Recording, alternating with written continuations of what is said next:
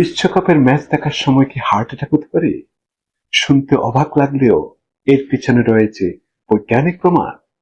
2006 সালে ফিফা বিশ্বকাপের সময় জার্মানিতে করা একটা গবেষণায় দেখা গিয়েছে, জার্মান দলের ম্যাচ চলাকালে হৃদরোগজনিত জরুরি পরিস্থিতি প্রায় 2.5 গুণেরও বেশি বেড়ে গিয়েছিল। কেন এমন হয়? কারণ ম্যাচের উত্তেজনায় আমাদের শরীরে অ্যাড্রিনালিন এবং স্ট্রেস হরমোন বেড়ে যায়। এর ফলে রক্তচাপ হঠাৎ বেড়ে যেতে পারে, হৃদস্পন্দন দ্রুত হতে পারে।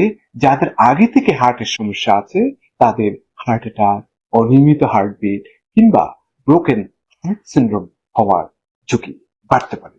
বিশেষ করে গরমের মধ্যে বাইরে খেলা দেখলে ডিহাইড্রেশন এবং ইলেকট্রোলাইটের ভারসাম্য নষ্ট হওয়ার ঝুঁকিও থাকে।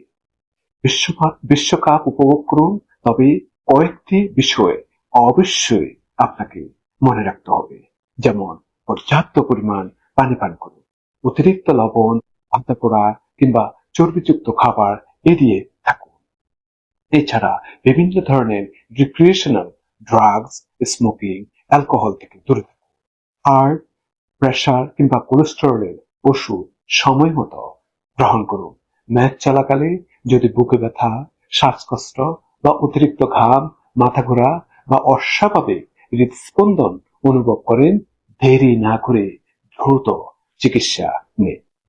বিশ্বকাপের আনন্দ উপভোগ করুন, কিন্তু নিজের হৃদয়ের যত্ন নিতে ভুলবেন না। সুস্থ থাকুন, নিরাপদে থাকুন। ভিডিওটি ভালো লাগলে লাইক, শেয়ার এবং ফলো করুন। আল্লাহ হাফেজ।